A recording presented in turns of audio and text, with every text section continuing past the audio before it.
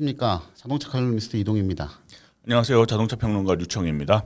네, 자교방 벌써 이제 몇 편째 올라가고 있고 오늘은 또 새로운 이야기라기보다는 사실은 제가 올렸던 편들에서 연속된다고 볼 수 있죠. 네, 그렇습니다. 네, 어쨌든 계속 그동안에 이제 차에서 발생할 수 있는 고장, 불량, 결함에 대한 얘기들을 쭉 해왔었는데 그거하고 관련돼서 사실은 지금 제일 핫한 거는 얘가 아닌가 싶어요. 네, 맞습니다. 그렇죠? 테슬라에 대한 얘기가 가장 핫합니다.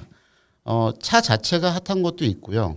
그리고 얼마 전에 이제 공중파 방송에서 이 차와 특히 모델 3와 관련된 내용들을 많이 다루면서 네. 이슈가 됐죠.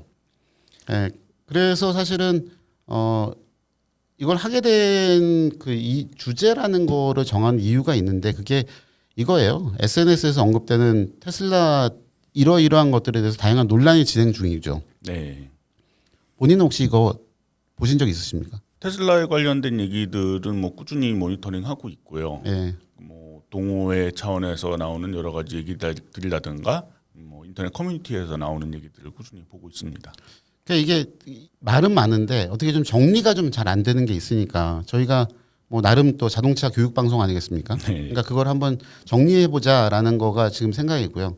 그리고 제일 중요한 거는 사실은 어쨌든 기본적으로 사람이 타고 도로를 달리는 자동차로서 이 차가 어떤지에 대해서 정확하게 평가가 좀 필요하다는 생각이 좀 들어요. 그래서 그런 내용들과 같이 팩트 체크를 위해서 꼭 필요한 정보들 한번 확인해 보자. 네. 그런 얘기를 하려고 나왔습니다. 네. 그래서 이제 본격적으로 진행을 해보면서 하기 전에 네, 이렇게 생각하실 수 있습니다. 진짜 개뿔도 모르면서 너네는 뭐 하는데? 라고 얘기를 하실 분들이 계실 거예요.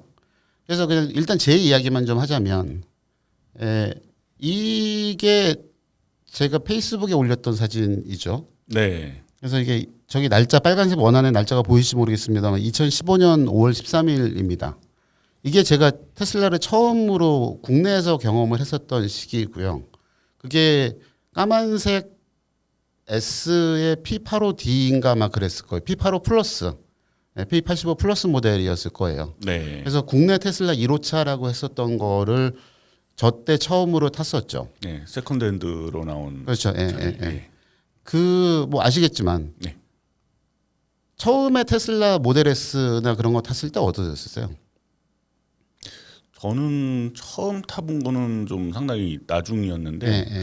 여러 가지 면에서 상당히 좀 충격적인 그렇죠. 그런 느낌을 많이 받았습니다. 네.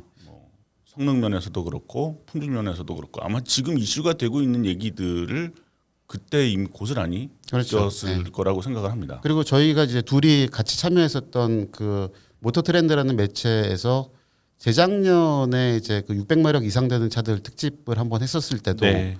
그때도 모델 S 100이었죠, 그게 P100이었죠. 예. P100 갖고 와서 그것도 한참을 뭐 트랙 같은 데서 넓은 데서 타보고 그러면서 네. 경험을 했었던 것도 있고요.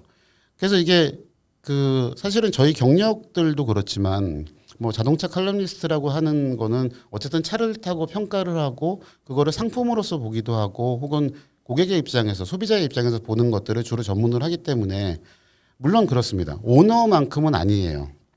사실은 오너분들이 차를 타면서 진짜 경험하는 것이 가장 오랫동안 쌓이기 때문에 그거는 아니지만 다른 자동차를 평가하듯이 테슬라 모델에 대해서 평가도 사실은 가능하다는 거죠. 그렇죠. 어떻게 보면은 오너인 경우에는 자기가 가지고 있는 차기 때문에 조금 좀 시야가 좁아질 수 있는 네. 그런 것들이 있지만은 저희 같은 경우에는 거의 비슷한 선상에 놓고 비교를 하고 여러 가지 요소들을 복합적으로 평가를 하기 때문에 어떻게 보면 조금은 더 객관적인 시선에서 차를 평가할 수 있을 겁니다. 예.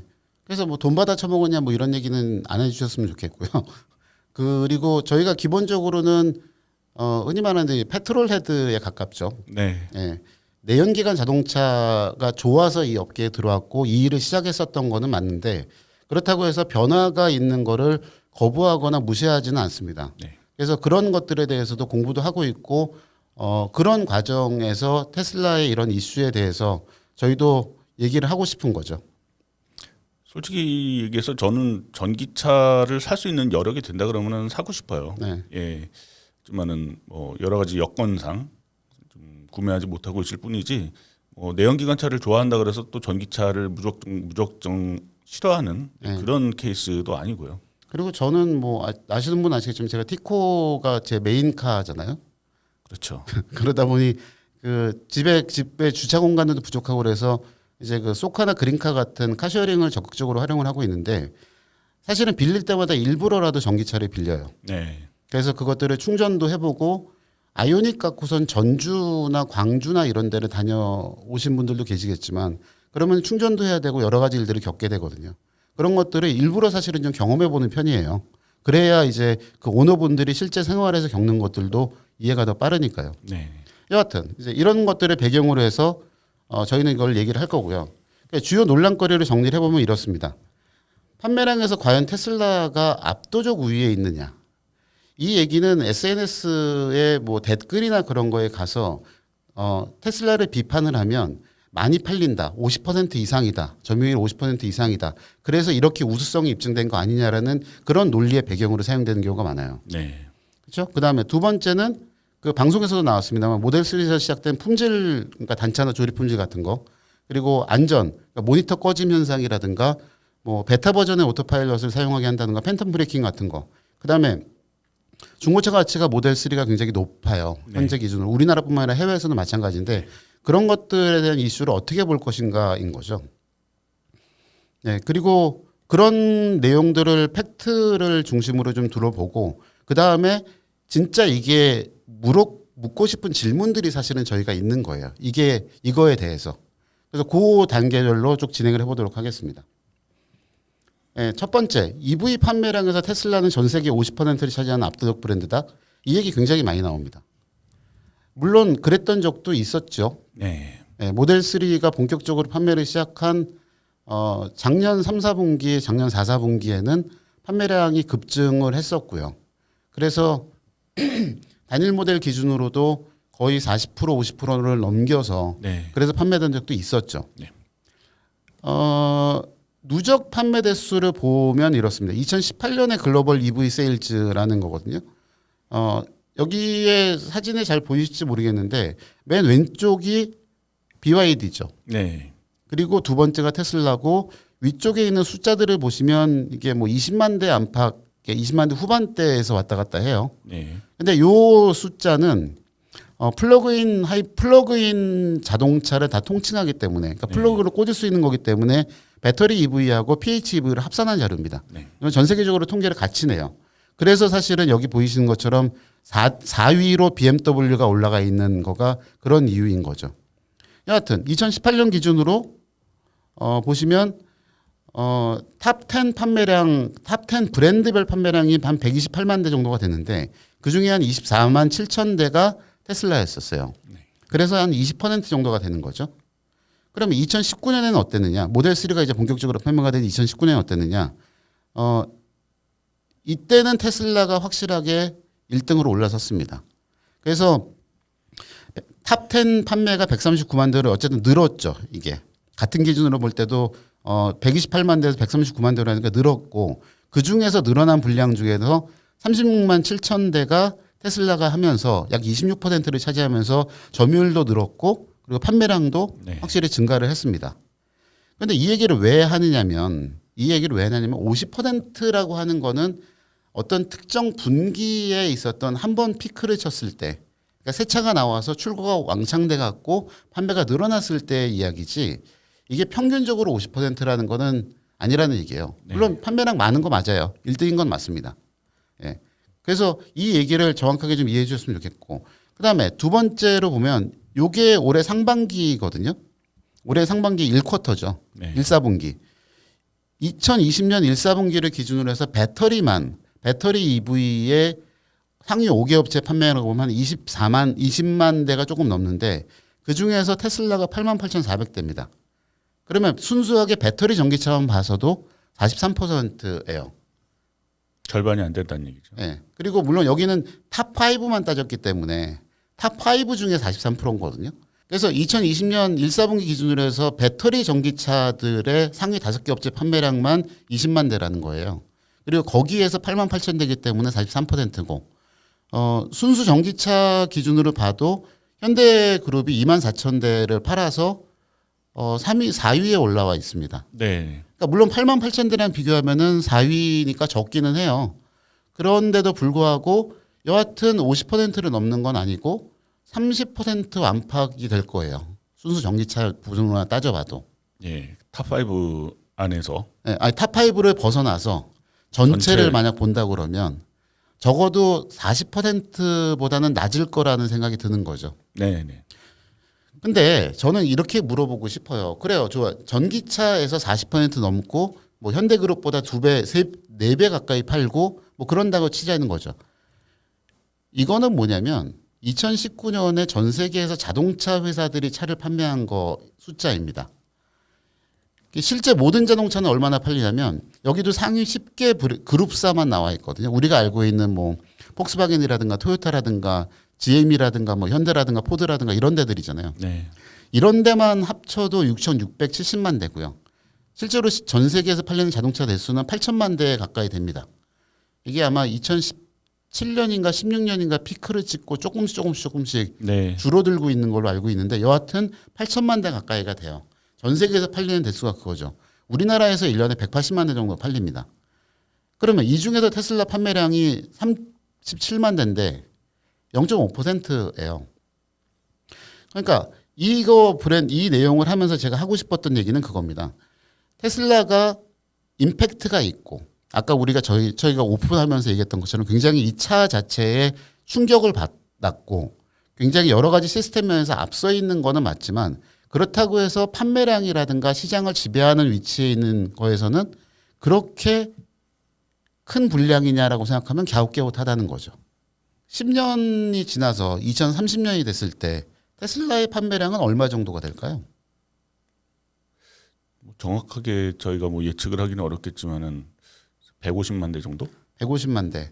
그러면은 그거는 아우디 브랜드 정도의 판매 숫자가 되겠죠. 그렇죠. 프리미엄 브랜드 요즘 판매되는 프리미엄 브랜드 수준. 예.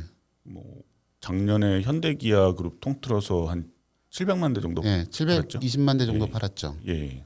그리고 벤츠가 아마 그룹사 기준으로는 지금 여기에 이 장표로는 그 닛산과 그리고 르노를 따로 나눠놨는데 르노 네. 닛산 얼라이언스로 묶고 나면은 여기가 올라가고 네. 10위로 올라오는 게 메르스 다임러 그룹이었었어요.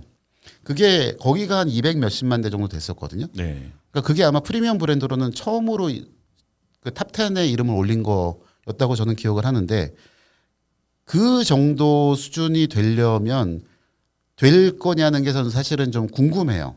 의심이 된다는 게 아니라 사실은 궁금합니다. 앞으로 전기차가 늘어나는 거는 맞고요. 네. 그리고 일반 기존에 여기에 있는 이 자동차 회사들도 전기차 모델들을 계속 확장을 할 거기 때문에 그래서 전기차 시장이 커지는 거는 맞는데 그 중에서 테슬라가 차지하는 비율이 얼마나 될 것이냐라는 거는 사실은 좀 궁금합니다. 저희도. 이 얘기를 지금 해도 될지는 모르겠지만은 생산 대수가 모두 다 팔리는 건 아니고 그렇죠. 그래도 기본적으로 어떤 판단의 기준이 될 수 있는 건 이제 생산 능력이 되겠지만은 지금 테슬라가 공장을 갖고 있는 곳이 미국에 한 군데 그리고 중국에 한 군데 있고요. 네. 그리고 미국에 한 군데 지금 더 짓겠다고 얘기를 하고 있고 유럽에 하나, 아시아에 하나 이렇게 더 짓겠다고 얘기를 했습니다. 예. 이게 부지라든가 그런 것들이 확정이 돼서 이제 공장을 짓고 거기서 실질적으로 가동이 시작되는 그런 시점들을 생각을 해보면은 그때쯤 되면은 대략 한 150만 대 예. 안팎이 될 거고 그 시점이 아마 말씀하셨던 뭐 10년보다는 조금 땡겨지겠지만은 뭐 그 정도가 되지 않을까 이렇게 예측이 되는 거죠. 예. 그래서 앞으로 10년이 사실은 테슬라가 진짜 대량 양산 자동차의 세계로 합류하는 그 상황이 되거든요. 근데 그게 판매량이 늘어나서 그런 합류하는 것도 되지만 실질적으로 보면은 진짜 본격적으로 기존의 자동차 회사들하고 경쟁을 한다는 그런 의미도 됩니다. 네. 그리고 그 10년 동안 벼르고 별러왔던 자동차 회사 기존의 자동차 회사들이 이제 카운터 어택을 시작할 때가 됐거든요. 그렇습니다. 그래서 판매량에서 압도적이다라고 얘기하는 거는 순수 전기차만을 따졌을 때도 사실은 30%에서 40% 정도 선이고 향후에 이 점유율을 더 늘릴 수 있느냐는 거는 조금 더 지켜보시는 게 좋지 않을까 싶습니다. 그 다음에 국내 판매량에서도 압도적이다. 물론 이제 기사가 그렇게 많이 났죠. 올해 상반기에 모델 3만 해도 6,800대가 팔리면서 네. 전기차에서 히트를 치고 사람들 사이에서 입에 많이 오르내리고 있으니까요. 네. 뭐 얼마 전에 그런 거 한번 겪지 않으셨어요? 그 카페에 갔다가 뭐 그랬었다고. 예. 평소에 저는 카페에서 일을 많이 하는 편인데 우연히 카페 옆자리에 앉은 여성분들, 저보다 약간 좀 나이가 좀 있으신 분들께서 새 차를 사는 거에 관련된 얘기를 하시는데 테슬라 모델 3에 관한 얘기를 아주 심도 있게 나누시더라고요. 그러면서 뭐 주변에서 접한 정보시겠지만은 뭐 충전이 어떻다더라, 뭐 애프터 서비스가 어떻다더라. 근데 뭐 실제 차를 타보면은 기존의 차하고 너무 달라가지고 깜짝 놀란다. 뭐 되게 재밌을 것 같다라는 얘기를 하시면서 심각하게 구매를 고려를 하셨다라는 그런 얘기를 우연히 엿들을 수가 있었습니다. 그래서 이게 그 사람들 사이에 회자가 되고 있고 그리고 회자가 되면서 사람들이 관심이 있는 거는 맞아요. 그러면 실제로 국내에서 전기차들 판매된 걸 한번 보시면 일단 2019년을 기준으로 보면 국내 전기차 탑 3는 코나가 13,000이고 니로가 5,999고 그 다음이 볼트가 4,000대가 팔렸습니다. 네. 그리고 테슬라 모델 3가 1,604대가 팔렸죠. 11월 달서부터 충족을 본격적으로 시작을 했으니까. 네. 11월, 12월 달에 했으니까 그때 피크를 쳤고요. 올해 상반기는 어땠냐면 탑5가 이렇게 돼요. 당연히 테슬라 모델 3가 1등 했죠. 6,830대로. 그런데 코나 EV도 4,139대가 팔렸습니다. 그리고 포터가 의외로 선전을 했죠. 3,400대고. 네. 이건 사실은 좀 놀랄만한 수치이기는 합니다. 그리고 물론 이제 그 보조금 받고 어쩌고 하면 1,000만 원대 초반에 살 수 있다는 걸로 되게 인기를 끌었던 걸로 기억을 하는데 그렇고요. 그다음에 니로가 2,000대 뭐 역시 봉고 3 EV가 1,500대에서 국내에 전기차가 등록된 숫자가 22,000대예요. 상반기에만. 근데 이 중에서 이제 그 현대자동차의 버스가 50대가 있고요. 네. 그다음에 그 에디슨 버스라고 해서 전기차 팔리잖아요. 네. 거기도 있고 그다음에 상용차로만 만들어진 것도 있어서 그것들을 빼고 나면 순수하게 승용차라고 할 수 있는 것들은 16,983대가 됩니다. 그럼 이 16,983대를 기준으로 보면 테슬라 모델 3의 점유율은 얼마다? 순수 전기차 안에서도 승용 기준으로는 40%가 됩니다. 그리고 2위라고 하는 코나도 24%가 되는 거죠.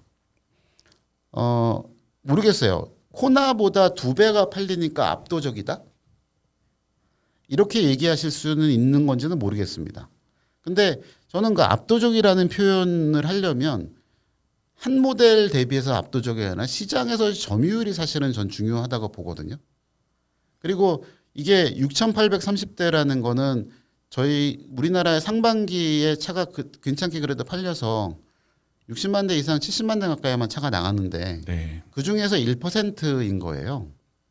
그러면 이걸 갖고서는 압도적이다라고 얘기하는 거는 사실은 판매량이 늘었다라고는 얘기할 수 있지만 판매량이 급격하게 늘었고 그다음에 전기차 중에 1위로 올라가서서 우수성이 입증됐다라는 식으로 얘기하는 거는 맞다고 생각을 하는데 네. 그렇다고 해서 압도적이라고 얘기하는 건 좀 거시기하지 않습니까? 참 압도적이어서 좋다는 얘기를 하는데 물론 이 잘 팔리는 이유가 있어요.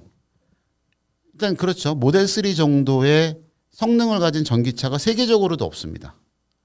그리고 그 가격대에 그렇게 나오는 차가 사실은 없죠. 네. 선택의 여지가 없는 블루오션에서 단독 독자로 뛰고 있는 거죠. 전기차를 기준으로 봤을 때는 사실 이만한 뭐 가격 대비 성능이라든가 가격 대비 주행거리를 가진 차들은 정말 찾아보기가 어렵죠. 그러니까요. 그래서 잘 팔리는 거예요. 그래서 그리고 사전 주문을 포함을 해서 물론 이건 생산량에 안 따라줘서 그런 것도 있습니다만 사전 주문하고 대기 수요가 있었는데 그것들이 계속 어쨌든 차가 나와서 판매가 되기 시작을 하면서 충족이 되게 되니까 등록 대수가 늘어나는 거고요. 그리고 아까 얘기하셨던 그 예처럼 일반인들에게 이제 알려지면서 네. 신규 고객 유입도 활발해지기 때문에 사실은 잘 팔리는 거는 맞아요. 근데 현재 판매적인 전기차들 중에서 독보적인 모델로 판매되고 있는 거는 맞다는 거죠. 그렇죠? 네. 저는 이거 사실 팩트를 부인하지는 않습니다. 그런데 압도적이고 그것 때문에 절대적으로 우수하다라는 얘기를 하시는 거는 그거는 맹신이라고 볼 수밖에 없어요. 근데 한 가지 또 짚고 넘어가고 싶은 거는 이제 판매량에 관련된 부분인데 사실 모델 3의 사전 주문을 받기 시작한 지가 벌써 꽤 오래됐거든요. 그렇죠. 예. 모델 3 발표하자마자부터 시작을 해서 실제 고객 인도가 시작되기까지의 기간이 상당히 길었습니다. 예. 그 동안에 사전 주문한 사람이 상당히 많이 있었고 네. 사전 주문한 사람들부터 이제 인도가 시작이 되고 있기 때문에 실질적으로 구매하는데 걸리는 시간이 상당히 길었고 그렇죠. 그다음에 판매량 그래프를 보시면 아시겠지만은 선적이 돼서 이제 국내에 들어와서 이제 풀린 시기에는 판매량이 급증을 하지만 예. 그것들이 다 풀리고 나면은 뚝 떨어지는 그런 현상이 계속 반복이 되고 있습니다. 지금 그거는 이제 모든 수입차가 사실은 그렇죠. 네. 국내 입고 물량을 기준으로 해서 물론 그것도 이제 그 차가 인기가 있는 경우예요. 네. 인기가 있어서 대기 고객들이 많은 경우에는 입고된 배가 들어오면 확 팔려 증가량 늘어나서 1등하고 그다음에 들어온 거 없으면 멈췄다가 하고 그리고 모델 이어가 바뀌면서 인증을 새로 받아야 하는 기간에는 또 붕 떠서 빠지고 네. 이게 사실은 그러니까 수입차에서는 자주 벌어지는 일이기도 하죠. 네. 여하튼 전기차들 사이에서 독보적인 세그먼트 독보적인 영역을 구축하고 많이 팔리는 거는 맞아요. 그런데 두 번째 문제로 넘어가 보겠습니다. 모델 3의 단차 등 품질 문제는 별거 아니다. 이게 여기 떠 있는 사진이 보이시는지 모르겠는데 요거를 제가 구글에서 검색을 해본 거예요. 네. 구글에서 모델 3 퀄리티 이슈라고 검색하면 뜨는 사진들입니다. 뭐 국내도 많이 알려졌죠. 단차라든가 그다음에 품질 문제라든가 이제 그런 것들이 돼서 그러니까 질문들을 그렇게 이 얘기는 항상 테슬라와 관련된 얘기를 하다 보면은 단차를 제가 지적을 하거나 그러면 단차 문제라든가 품질 문제를 지적을 하면 단차는 단차일 뿐이지 그게 무슨 문제냐 그거가 무슨 일이냐라고 얘기하는데 실제로 자동차 품질 관리 기준이 문제인 거예요.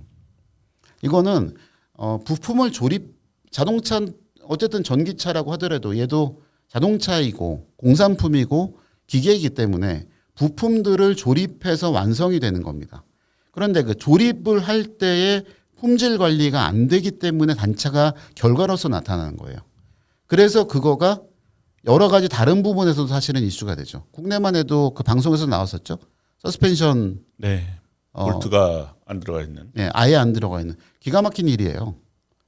그거에서 제가 그래서 이 단차 문제가 별거 아니라고 생각하는 건 별거 아니라고 생각하시는 분들한테 말씀드리고 싶은 거는 자동차를 조립하는 품질 기준 자체가 명확하게 돼 있냐 안 돼 있냐를 알 수가 없어요. 네. 그게 기준이 명확하다면 이런 일이 안 벌어지거든요. 그리고 지난 시간에도 말씀드렸지만 이게 완성된 차를 출고하기 전에 검수하는 과정을 거칩니다. 흔히 말하는 퀄리티 컨트롤이죠. 이게 문제가 안 걸러지는 게 문제예요. 그러니까 그렇죠. 이런 사소한 것들이라도 안 걸러지고 출고가 된다는 거예요. 왜? 공장 출고 QC 기준은 없습니까? 테슬라는? 그때 지난 시간에 뭐 기억하시는 분이 계실지 모르겠지만 회사마다의 기준은 달라요. 그래서 저희가 소속했던 회사의 기준하고 프리미엄 브랜드하고의 상품에 대한 기준들은 다 다릅니다. 그런데 이건 다 기준이 다르다라고 얘기하는 수준을 넘어선 상태인 거예요. 그래서 이 단차와 품질이 문제가 있다라고 말씀을 드리는 거죠. 그럼 이게 안전에는 과연 문제가 없냐는 거예요. 문제가 있을 수도 있고 없을 네. 수도 있겠죠. 딱 그거예요. 있을 수도 있고 없을 수도 있어요. 이건 되게 미묘한 부분입니다. 왜냐하면 그때도 설명드렸던 것처럼 뭐 펜다를 조립을 했는데 단차가 생겼다. 단차를 생겼지만 조임 토크나 규정대로 조였기 때문에 충돌 안전성에는 문제가 없다라고 얘기할 수도 있거든요.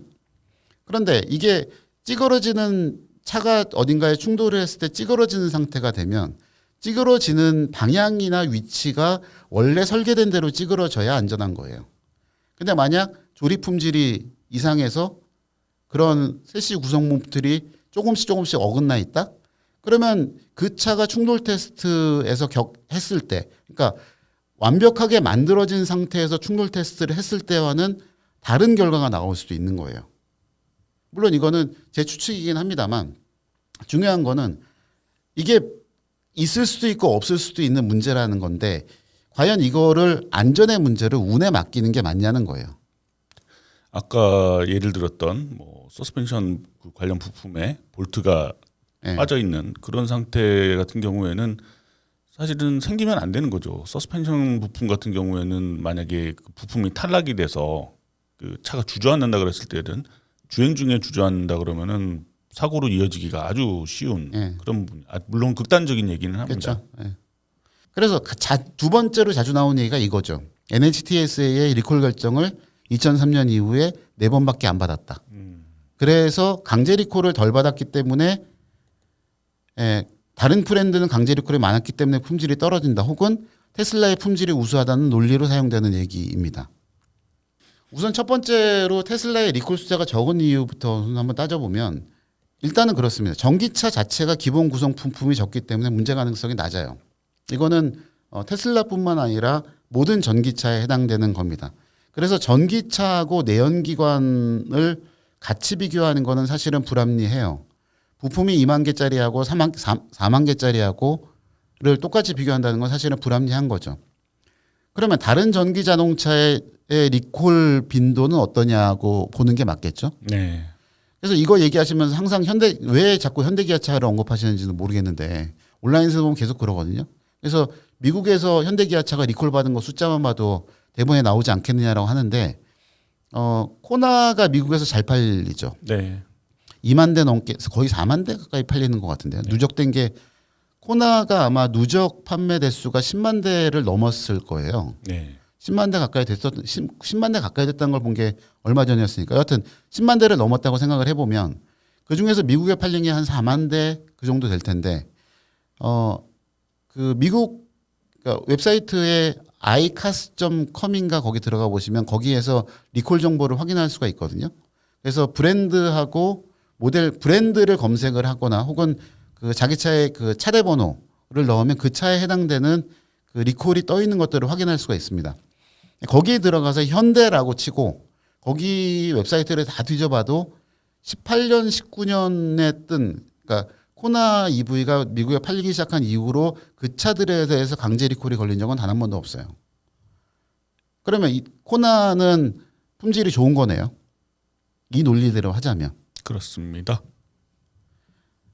그러니까 이게 그러니까 NHT에서 리콜 결정을 한 게 4번밖에 없었다는 건 팩트는 맞아요. 네. 근데 그게 제가 첫 줄에서 언급한 것처럼 테슬라의 품질이 우수하다는 논리로 얘기하는 거는 사실은 말이 안 되는 겁니다. 정확하게 말하면. 그다음에 자동차는 고장이 나기 때문에 사실은 리콜 제도가 있어요. 네. 그리고 리콜은 강제 리콜도 있지만 흔히 말해서 자동차 제조사에서 알아서 하는 그 캠페인들도 많습니다. 네.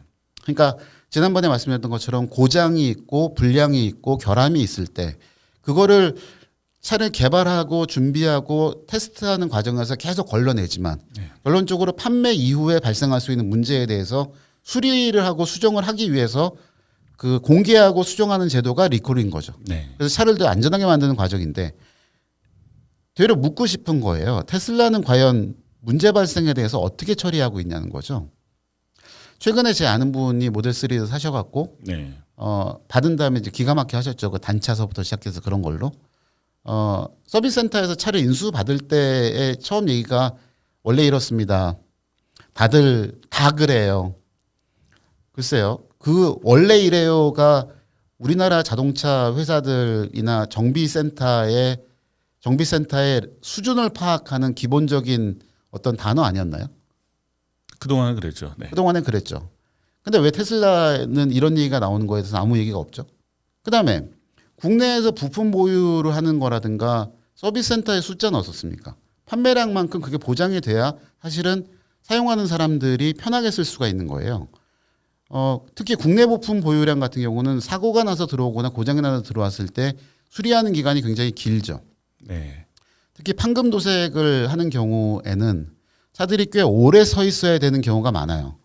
저는 이것도 국내 부품 보유량을 얼마나 갖고 있는지 진짜 법에서 규정하고 있는 대로 갖고 있는 건지 아닌지 그것도 사실은 되게 궁금한 부분입니다. 그다음에 왜 모델 3만 문제냐는 거예요. 테슬라 중에서.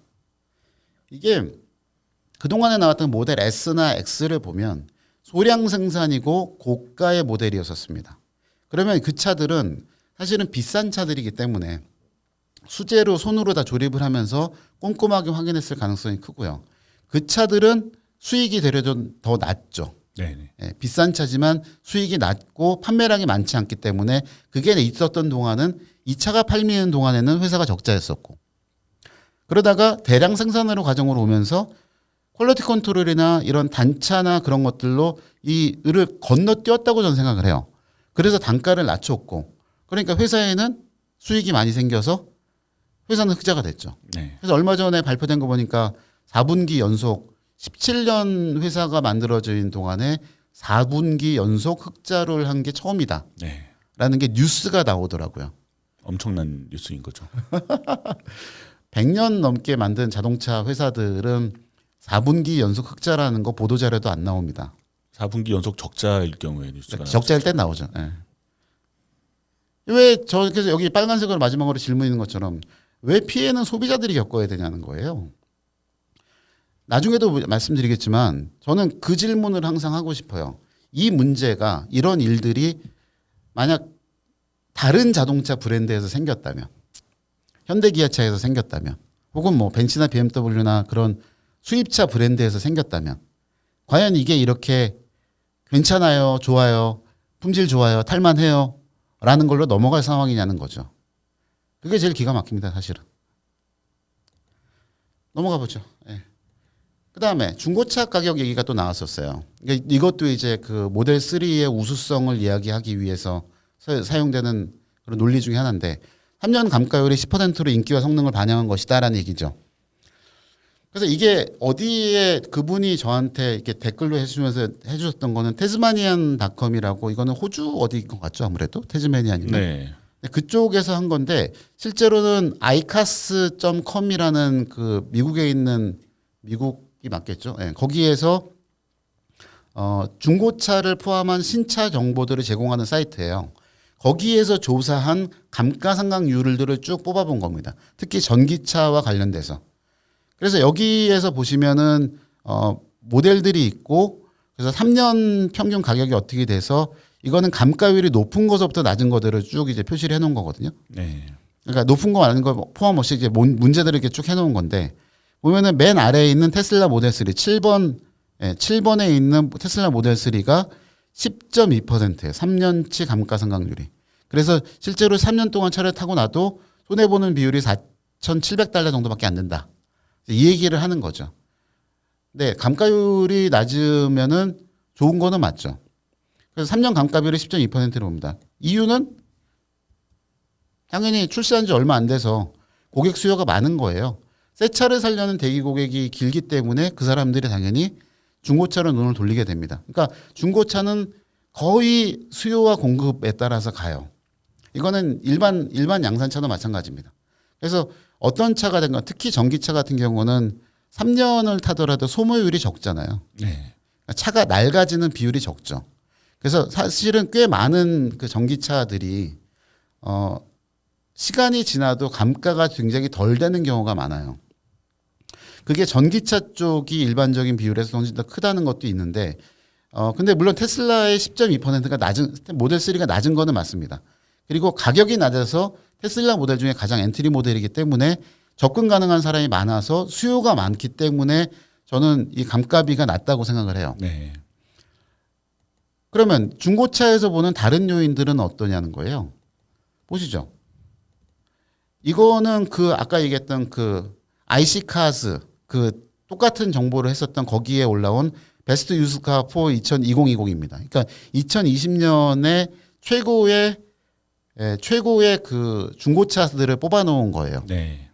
거기에서 보시면 여기 가운데에 여기 가까이에 이제 세그먼트별로 있어서 뭐 베스트 유스드 SUV에는 이게 토요타 포로너가 올라가 있고 뭐 이렇게 쭉 올라와 있어요. 전기차 베스트 EV에는 테슬라 모델 S가 올라와 있습니다. 네.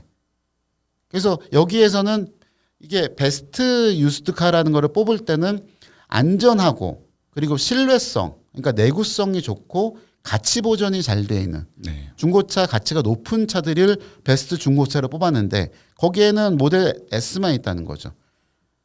그래서 감가상각률 10%인 모델 3는 왜 못 올랐느냐? 품질 이슈 때문에 그래요. 정확하게 말하면. 이 차를 사서 신차에서부터 생긴 품질 이슈가 계속 타는 동안에도 있기 때문에 릴라이어빌리티라고 하는 신뢰도 면에서 중고차로서의 베스트 유즈드카로 뽑기에는 부족하다고 판단을 하는 거죠. 그러니까 중고차를 구입하고 평가하는 데 있어서 최고의 가치가 감가상각률이라는 질문을 드리고 싶은 거예요. 네. 여러 가지 이슈가 있습니다. 그러니까 차를 사면서 신뢰성도 좋아야 되고 정비하기도 편해야 되고 정비 비용이 쌓여야 되는 것도 있고요. 그런 것들을 종합적으로 따졌을 때 최고의 중고차가 탄 중고차라고 권유를 하고 살 수가 있는 거지. 모델 3가 감가상각률이 10%라는 그 물론 팩트인 거는 맞지만 그걸로 얘가 상품성이 좋다, 베스트다라고 얘기할 수는 없다는 거죠. 가보겠습니다. 그다음에 좀 민감한 얘기지만 주행 안정과 관련된 문제들이 있죠. 얼마 전에 우리 후배 한 명도 모델 3를 샀잖아요. 네. 많죠. 사실은 자동차 쪽에 있는 분들 중에 모델 3 타는 친구들이 몇 명 돼요. 어제 봤던 그 사진 하는 네. 친구도 네. 모델 3 타고 있고 그렇거든요. 한 명은 전혀 문제가 없이 아무 문제가 없이 타고 있고 네. 다른 한 명은 출고하고선 한 달도 안 됐는데 비 오는 날 주행 중에 모니터가 꺼지는 거를 경험을 했죠. 네. 네. 그래서 뭐 SNS에도 올리기도 했었습니다만 갓길로 대고 시동 끄고 다시 리셋해서 출발해서 갔다고 그래요. 에이 시동 끄고 갔으면 됐지 뭘. 이거를 정상이라고 생각하시는 거는 아닙니다. 그러니까 내연기관 자동차도 가다가 계기판이랑 전장 장치 나가면 되게 무서워하고 이 차 결함 아니냐 난리가 나잖아요. 그야말로. 근데 왜 테슬라는 잠잠하죠? 모델 3는 왜 잠잠하죠? 이거는 뭐 현상에 대한 설명을 하자면 엄청나게 길어질 것 같으니까 한 이슈에 대한 정리만 하자면 이렇습니다. 해당 기술이나 장비가 기술적으로 완벽하거나 안정적이지 않은 거예요. 아주 간단하게 정리를 하면. 그 원인은 다양할 수 있겠죠. 네. 근데 결과적으로 이런 것들이 팬텀 브레이킹 같은 경우도 이들이 카메라로 사물 인식을 하는 거가 완벽하지 않기 때문에 결국은 벌어지는 현상인 거거든요. 혹은 카메라로 하는 인식이 완벽하지 않거나 혹은 그거를 확인하는 AI 사물 인식하는 인공지능 쪽이 완벽하지 않거나 네. 머신러닝을 해서 쌓아둔 데이터가 완벽하지 않거나 혹은 그거를 시행하는 과정에서 인지 제어 판단이니까 인지 판단 제어니까 네. 판단하는 과정에 알고리즘이 완벽하지 않다거나 그래서 이게 발생하는 문제라는 거죠. 앞에 계속 말씀드렸다시피 이게 기존 자동차 회사에서 생겼다면 난리가 나는 거예요. 그렇죠. 그리고 기존 자동차 회사는 판매용 자동차에 완벽하거나 안정적이지 않은 장비를 적용하지 않습니다. 왜? 안전하지 않으니까. 안전하지 않으니까 그러는 거예요. 사실은 이 부분이 가장 큰 차이점이라고 생각을 해요. 물론 기존 자동차 회사들은 낡았고 뭐 썩었다고 얘기하시는 분도 있는 것 같은데 낡았고 오래됐고 걔네들은 틀에 박힌 생각밖에 못하고 그래서 테슬라의 혁신을 얘기해야 되고 혁신을 위해서는 글쎄요. 네. 베타 버전의 오토파일럿이 혁신이라고요? 제조사에서 완벽하지 않다는 베타 버전이라고 말이에요. 이건 한번 읽어보시면 됩니다. 실제 사고가 발생하는 경우도 있는 기능을 사용자가 선택해서 본인 책임만으로 사용하라는 게 정상이냐고요. 저는 아예 대놓고 물어보고 싶습니다. 그게 정상이냐고요. 더구나 이거 옵션 주고 사서 선택해야 되는 거잖아요. 네, 옵션을 주고 사서 추가로 비용을 냈는데 왜 그게 해야 되는지가 그게 저는 의문이고요. 제가 한쪽에서 들은 얘기로는 네. 그 제조사 즉 테슬라죠. 테슬라가 이 베타 버전이라고 얘기를 한 거는 우리가 흔히 뭐 소프트웨어 개발이라든가 그런 데서 얘기하는 그 정식 판매 전에 어떤 계속 디버깅을 한다든가 네. 문제를 확인하기 위해서 내놓는 실험용 버전을 뜻하는 베타 버전이 아니라 그냥 일종의 상표명처럼 쓰는 그런 베타 버전이라는 이야기를 했다라는 얘기를 듣기도 했습니다. 예. 그래서 이게 그 얘기가 사실은 독일에서 그 오토파일럿 판매 중단됐을 때 네. 일론 머스크가 그랬잖아요. 아우토반은 뭐냐고. 오토가 들어가 있는데 그건 왜 멀쩡하냐는 얘기를 했다고 트위터에 올렸었더라고요. 네. 뭐 사실은 말장난인데 중요한 거는 그거라고 봅니다. 제대로 된 자동차 회사라면 완벽하지 않은 기능이 있다면 만약 그리고 그걸 써야 된다면 최소한 페일 세이프 네. 그걸로 인해서 발생했을 문제를 막을 수 있는 기능을 추가를 하거나 그리고 흔히 말하는 이제 이디어 프루프라고 해서 바보를 막아준 바보라도 네. 사고가 나지 않게 하거나 혹은 풀 프루프라는 기능이 있어야 되는 거예요. 네.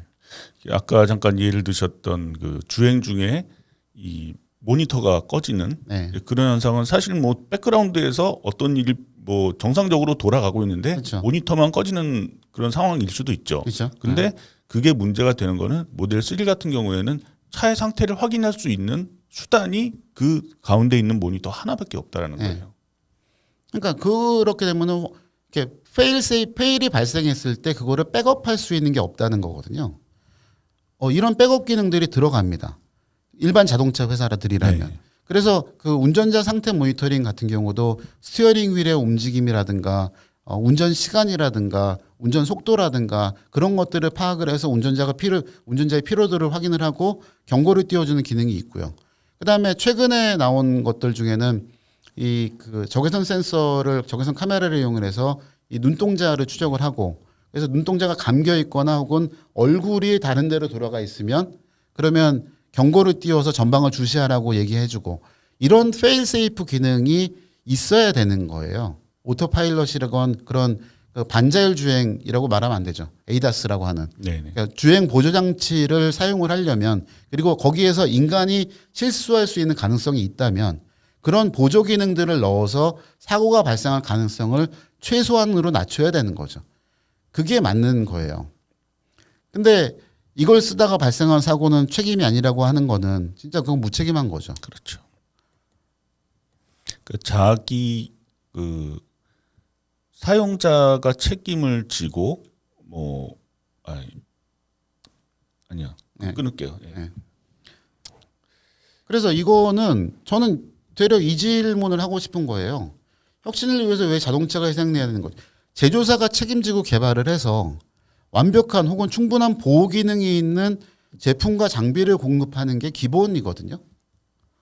기본이거든요. 근데 그렇지 않은 거를 돈을 받고 팔아놓고선 사고가 발생하면 내 책임 아니다? 이거는 저는 이해를 못 하겠습니다. 솔직히 정확하게 말씀드리면.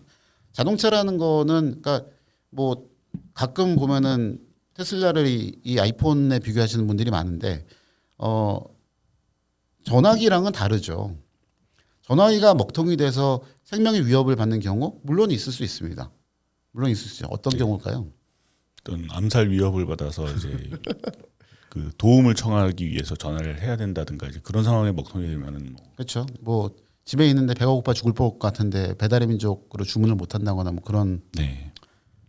근데 이거랑은 다른 거거든요. 그리고 또 하나는 뭐냐면 이게 사고가 나게 되면 만약 예를 들어 사고가 나게 되면 사고가 났었죠 실제로. 네. 사고가 나게 되면은 운전자는 그 기능을 활성화시켜서 사용을 했기 때문에 운전자가 그거를 감수한다고 얘기할 수 있어요. 그 위험을 감수한다고 할 수 있습니다. 여기 어떤 분이 이런 얘기를 하셨는데 세상을 바꾸는 기술 혁신이 얼마나 가능했을까? 선택은 소비자가 하는 겁니다. 위험하고 동화가 어떻게 하면 소비자가 알아서 안 쓰는 거죠라고 어떤 분이 직접 댓글을 달아주신 거를 제가 그대로 퍼온 거예요. 좋습니다. 위험하고 동감어치가 없다고 했는데 위험하지 않다고 생각하니까 쓰신다는 거잖아요. 근데 실제로 그 기능을 쓰다가 사고가 발생을 했었고 물론 본인은 본인 책임하에서 썼다고 하니까 문제가 없다고 하지만 만약 그게 보행자라든가 다른 차하고의 사고가 발생하게 되면 그 사람들은 무슨 죄입니까 도대체? 왜 그런 기능이 도로에서 돌아다녀야 되냐는 거죠. 전 이게 제일 납득이 안 돼요. 그러면 바꿔서 생각을 해보자는 거죠. 일반적인 자동차에서 하는 이런 걸 출시했다? 그러면 근데 그들은 테슬라만큼 기술 없기 때문에 믿을 수 없다? 이렇게 논리가 흘러가요. 사실은 지금 제가 쭉 말씀드렸던 오토파일럿에 관련된 그런 내용들은 불완전한 기능을 사용자 책임으로 사용하게 만들어 놨다는 거가 만약 다른 자동차 회사들에서 지금은 그러지도 않습니다만 해서 벌어졌다면 어땠을 것 같냐는 거죠. 이게 제일 핵심이라고 봅니다. 바꿔서 생각을 해보는 게 필요하다고 보고요. 예. 그리고 이 자동화 주행이라고 하는 오토파일럿, 이게 오토메이티드 드라이빙이라고도 하고 요거는 조금 더 확장된 개념이죠. 그러니까 아까 제가 말씀드린 ADAS, 어드밴스드 드라이버 어시스트 시스템은 운전자를 보조하는 기능이라고 얘기를 하고 흔히 말하는 오토노머스 드라이빙이라고 하는 자율주행은 요 자동화 주행이랑 가깝죠. 그러니까 자동화 주행에 대해서 기술력이라든가 그런 것들을 평가하는 기관이 나비간트 리서치라는 데가 있습니다. 얘네가 이제 매년 개발과 관련돼서 전 세계에서 한 20개, 24개 정도의 업체들을 전 세계에 있는 모든 관련된 업체들을 평가를 하고 그래서 이 리더보드라는 거를 만들어서 해요. 근데 이 평가 기준이 이렇습니다. 비전이라든가 앞으로 어떻게 하겠다. 그다음에 시장에 진출하는 전략. 왜냐하면 기술만 개발해 놓고 실제로 물건을 판매를 못하면 안 되니까 시장에 진출을 해서 어떻게 팔겠다라는 거. 그다음에 기술만 개발하는 업체들이 있죠. 네. 그래서 웨이모 같은 경우는 사실은 차를 만들지는 않으니까. 그러면 그 웨이모가 어디 회사에다가 이 기술을 실현시켜서 자동차로서 실제로 도로에서 굴러다니게 할 것인가. 그런 그 파트너들. 또 실제로 물건을 만들어야 되니까 생산 전략. 그리고 기술이 실제로 어떻게 되는지 그 기술을 영업을 하고 마케팅을 하고 유통하는 방식은 어떤지 뭐 제품의 기능이라든가 품질의 안전성이라든가 포트폴리오라든가 뭐 성능을 유지하는 거라든가 이런 것들을 쭉 평가 기준을 통해서 매년 바뀌는 시장마다 매년마다 발표를 해요. 이게 보시면 2019년하고 2020년이 어떻게 달라지냐면 왼쪽이 2019년에 발표된 거거든요. 보시면 그 우측 상단에 리더라고 되어 있는 초록색 부분이 있고요. 여기에 들어가 있는 게 웨이모, 금방 말씀드렸던 그다음에 GM의 크루즈, 그다음에 포드 오토노머스 드라이빙이 이 세 개의 업체가 리더로 되어 있습니다. 아니 GM하고 포드가 그렇다고? 이거 어떻게 생각하십니까? 일반적인 분들이 보시면은 상당히 충격을 많이 받으실 것 같아요. 그렇죠. 예. 그리고 이게 우리나라에서 실제로 주행 테스트를 하거나 그러고 있지는 않아서 그런 거예요. 어떤 면에서 보면. 근데 실제로는 미국에서 이 차들을 갖고 굉장히 높은 수준의 자율주행을 하고 있죠. 그래서 레벨 4에 해당되는 것들이 도로주행을 실제로 하고 있고 물론 운전자는 타 있는 상태입니다만 보조운전자를 갖춘 상태에서 주행을 하고 있고 그 데이터를 심고 있으며 앞에서 말씀드렸던 기준처럼 그거를 양산을 하고 실제 차에 적용을 돼서 프로덕션으로 가겠다는 기준이 있는 거예요. 그리고 중간에 연두색 부분이 컨텐더고 노란색 부분들이 챌린저들이라고 되어 있는데 테슬라는 어디 있냐면 왼쪽 아래에 있죠. 예, 가운데 부분 중간 아래쯤에 있습니다. 거기에 애플이나 그런 게 있었던 게 2009년이었고 2020년 발표된 거는 조금 더 키워서 보면 테슬라가 가장 밑으로 빠져요. 그리고 웨이모나 그런 마켓 리더에 어디가 추가가 됐냐면 중국의 바이두가 같이 올라갔죠. 네. 중국의 바이두는 중국에서 사실은 중국의 그 복잡한 가보신 분들은 아시겠지만 상하이나 북경이나 굉장히 교통이 열악하잖아요. 거기에서 실제 주행 도로 테스트를 하고 있습니다. 물론 뭐 이렇게 말씀드리면 그 얘기 하실 분들이 있을 거예요. 테슬라는 지금 전 세계의 모든 도로를 다니면서 오토파일럿 기능으로 데이터를 수집을 하고 있다. 지금 LTE 통신망이 차들에 깔려 있잖아요. 그러면은 그 자동차가 주행하면서 만드는 데이터량이 얼마 정도 될까요? 일주일을 뭐 중형 세단 정도가 일주일을 주행한다고 했을 때 상당히 많은 데이터가 생성될 거라고 생각을 하는데요. 그렇죠. 이게 그 엔진 내연기관 자동차를 기준으로 하면 그게 한 4테라바이트 정도가 된대요. 일주일 정도에. 네, 일주일 정도에. 그러니까 물론 그건 이제 엔진을 비롯해서 서스펜션의 제어나 그다음에 이제 공조장치를 포함한 모든 장비들이 전기로 작동을 하기 때문에 그거에서 생성되는 작동한 내역들을 포함한 그런 데이터들이죠. 그러면 테슬라가 자율주행을 하고 그러니까 오토파일럿으로 주행을 하는 동안에 사물 인식을 하고 분석을 하는 데이터들이 있을 거 아니에요. 그 데이터들이 본사로 서버로 올라가려면 과연 그 통신량이 얼마나 될까요? 전 이거 되게 궁금합니다. 예. 차마다 있는 LTE망 다 깔려 있고 OTA로 다 업데이트 하잖아요. 네. 그러니까 OTA는 내려받는 거예요. 근데 이제 업로드는 과연 얼마나 하고 있냐는 거죠. 저는 이것도 되게 사실은 궁금해요. 그리고 테슬라가 여기에서 왜 맨 밑으로 빠져 있냐면 빠져 있는 이유를 보면 이렇습니다. 이게 나비간트 리서치에서 발표한 자료예요. 2020년 말까지 100만 대의 로보택시 수준의 자동차가 도로를 달리게 하겠다는 높은 수준의 약속을 했다고 했어요. 근데 테슬라의 시스템은 아직도 일관성이 없고, 그러니까 앞에서 설명드렸던 것처럼 오토파일럿처럼 기능적으로 부족한 부분이 있고, 그리고 제품은 제시된 모빌리티 비즈니스 모델과 매칭이 되지도 않는다는 거예요. 그래서 얘네는 이 네베간트 리서치가 얘기한 리더보드 그리드에서 제일 아랫부분에 있는 겁니다.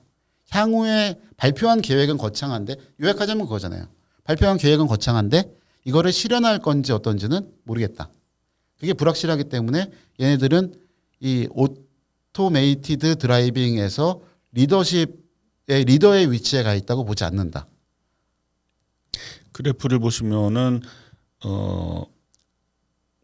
왼쪽에 있는 수직축 같은 경우에 이제 평가 기준이 익세큐션, 네. 실행이 되는 거고, 이제 아래쪽에 있는 축은 스트래터지, 전략이 되는 거죠. 그러니까 그렇죠. 전략에 맞춰서 얼마나 실행을 했느냐, 그런 어떤 쉽게 얘기하면 이제 계획을 얼마나 달성을 하고 그걸 실현을 한 그렇죠. 거냐를 기준으로 삼고 있기 때문에 그런 부분에서 이제 테슬라가 낮게 평가가 되고 있다. 이렇게 해석할 수가 있는 거겠죠. 뭐 그렇습니다. 예.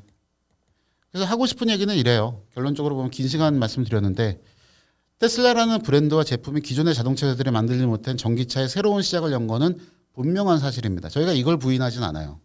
그리고 지금 나와 있는 모델 3가 앞에서 말씀드렸던 것처럼 독보적인 모델이고 경쟁 모델이 없고, 그리고 여러 가지 그런 기능과 사양들 때문에 인기를 끌고 많이 팔리는 것도 맞아요. 그리고 국내 전기차 판매 1등을 하고 있는 것도 맞습니다. 저희는 이걸 부인하거나 그러고 있지는 않아요. 그런데 그것이 기존 자동차 시스템들이 지켜온 안전에 대한 철학하고 제품 개발 검증 시스템을 모두 부인하는 것은 잘못된 거라는 거죠. 기존의 자동차 회사들은 바보가 아닙니다. 그들이 그런 과정을 거치고, 예를 들어 기능상 사실은 그 SA에서 얘기하는, SA나 NHD에서 얘기하는 자율주행 단계를 보면 레벨 2가 가로축과 세로축을 다 제어하잖아요. 이거를 동시에 하는 게 레벨 2거든요. 그리고 레벨 3부터는 아까 말씀드린 인지 판단 제어라고 하는 요 자율주행의 기초에서 제어 부분은 사실은 레벨 2 이상은 거의 다 비슷해요. 스티어링 휠을 조작하고 엑셀러레이터와 브레이크를 하는, 달리고 돌고 멈춘다라고 하는 그 자동차의 기본 운동, 2차원 평면에서 움직이는 그 운동을 제어하는 거는 레벨 2 이상은 뭐 정밀도의 차이는 있을 수 있겠지만 거의 다 똑같습니다. 레벨 2와 레벨 3를 나누는 결정적인 차이는 누가 주도권을 갖느냐거든요. 레벨 2까지는 운전자가 책임을 지죠. 네. 그래서 운전자는 항상 도로를 바라보고 있어야 되고, 지가 알아서 가더라도, 차가 지가 알아서 가더라도 차가 어떻게 하든 도로의 상황에 맞춰서 내가 개입을 바로 해야 되는 거예요. 내가 조작을 할 수 있어야 됩니다. 이게 레벨 2예요. 레벨 3로 가면 그때부터는 차의 책임이 되죠. 그래서 차가 주도권을 갖고 사람은 차를 보면 됩니다. 주변에서 차가 제어하지 못하는 상황이 됐을 때, 문제가 발생했을 때 사람한테 경고를 해주기 때문에 도로를 보는 게 아니라 차를 보고 있으면 되는 거예요. 그래서 자동차 제조사의 책임이 그때부터는 시작이 됩니다. 그런데 좌우로 제어하고 앞뒤로 제어하는 거는 지금은 사실 많은 자동차 회사들이 거의 다 가능해요. 예를 들어 국내에는 활성화가 되어 있는지 모르겠습니다만 S클래스 같은 경우에는 네. 그 인텔리전트 드라이빙 같은 경우는 그것도 되죠. 이렇게 운전자가 의식을 잃었을 때 콜센터에서 확인을 하고 차를 옆으로 빼서 세우는 것도 가능합니다. 예, 이거는 콜센터에서 제어를 하지만 어쨌든 명령을 내려서 차가 스티어링 휠을 꺾고 브레이크를 밟고 비상등을 켜고 왼쪽으로 세우게 되는 거예요. 그리고 그 위치에서 그 위치를 파악을 해서 119나 그런 것들로 바로 연결해서 구급차까지 보낼 수 있는 시스템이 지금도 있어요. 물론 국내에는 활성화되어 있는지는 제가 정확하게 모르겠습니다만 여하튼 그런 것들을 개발을 해놓고 있다는 얘기는 이 차가 자율적으로 차선도 바꾸고 속도도 줄이고 할 수 있다는 얘기예요. 기능적으로. 근데 왜 안 하냐는 거죠. 그게 완벽하게 안전하지 않기 때문에 그런 겁니다. 그리고 기능상 끼어들기나 그런 것들도 지금의 기술 수준에서는 할 수 없기 때문에 밀리는 길에서 끼어들기 같은 경우는 지금 기술 수준에 할 수 없기 때문에 시행을 안 하는 거고요. 그래서 기존 자동차 시스템들은 그 안전에 대한 철학과 제품 때문에 그런 거를 하는 거고 안 하는 건 안 하는 거고 안 하고 있을 뿐이라는 거죠. 그래서 결론적으로 말씀을 드리자면 이렇습니다. 저는 이제 테슬라라는 브랜드가 콜럼버스의 달걀 같다는 생각을 해요. 콜럼버스가 신대륙을 발견한 거 돌아왔을 때 사람들이 다 비웃었죠, 사실은. 네. 예. 그거 서쪽으로만 계속 가면 할 수 있는 거 아니냐. 그랬을 때 콜럼버스가 너네 이 달걀 세워봐라 그러고 나서 달걀을 아무도 못 세우니까 이렇게 탁 깨트려서 세우잖아요. 네. 근데 그러고 나서도 사실은 사람들은 그랬거든요. 저렇게 하는 거 누가 못하냐. 그래 너네들은 그러지는 못했지만 나는 했다. 저는 테슬라는 콜럼버스가 달걀을 세운 것과 같은 일을 했다고 생각을 해요. 그게 혁신일 수도 있습니다. 그런데 거꾸로 생각을 해보면 다른 사람들은 달걀을 깨트리지 않으려고 생각을 한 거예요. 달걀이 깨지지 않은 상태에서 세우려고 하니까 실패를 한 겁니다. 근데 달걀을 세울 수 있는 방법은 많잖아요. 그릇을 갖다가 받칠 수도 있고 네. 옆에 바닥을 파서 거기다 집어넣을 수도 있고 그렇게 노력을 하고 있는 거가 기존의 자동차 회사들이라고 생각을 합니다. 물론 달걀을 보존해서 하느냐 깨트려서 하느냐 세우기만 하면 되는 거 아니냐라고 말하는 거는 매우 무책임한 거죠. 자동차라는 거는 아까서 말씀드린 것처럼 인명이 타고 있고 그로 인해 발생한 사고로 주변에도 피해를 줄 수 있기 때문에 안전에 대한 거는 가능한 한 보수적으로 해야 된다는 게 맞다고 보는 거죠.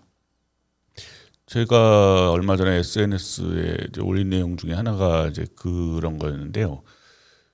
이 자동차를 그냥 자기가 타고 다니는 거라고 생각을 하면은 자기 차라는 그 한정된 영역에서만 생각을 하기가 쉽습니다. 네. 하지만은 자동차는 도로라는 교통 시스템을 여러 사람과 그렇죠. 함께 이용을 하는 거기 때문에 내가 타는 차가 나만 그 영향을 주는 게 아니라 다른 사람들에게도 영향을 줄 수 있는 거거든요. 그런 부분들을 생각을 하면은 상당히 뭐 기존 자동차 업체들의 이런 보수적인 접근이 나쁘다, 너무 그 시대에 뒤처져 있다라고 얘기하는 거는 좀 무리가 있다라고 생각을 합니다. 네. 그래서 앞에서 말씀드린 것처럼 완벽하지 않은 기술을 세상에 내놓아서 발생한 피해, 다른 차하고 보행자가 사고가 발생해서 이들을 혁신을 위한 희생자라고 그냥 치부하고 흔히 말하는 콜레트럴 데미지, 네. 네, 그렇게 얘기하고선 넘어가 버릴 수는 없는 일이거든요. 그렇기 때문에 저는 이 오토파일럿의 문제라든가 테슬라의 이슈를 조금 더 객관적으로 보고 문제를 조금 더 심각하게 여기셨으면 좋겠습니다. 기회가 닿는다면은 뭐 저희 자교방에서 좀 테슬라에만 너무 초점을 맞춰서 얘기를 한 것 같은데 네. 전반적인 그 ADAS 시스템이나 자율주행에 관련된 어떤 기초적인 이야기들도 함께 좀 할 수 있는 그런 자리를 좀 마련하면은 좋겠습니다. 네, 그거는 저희가 다음 시간에 한번 준비를 해보도록 하겠습니다. 네.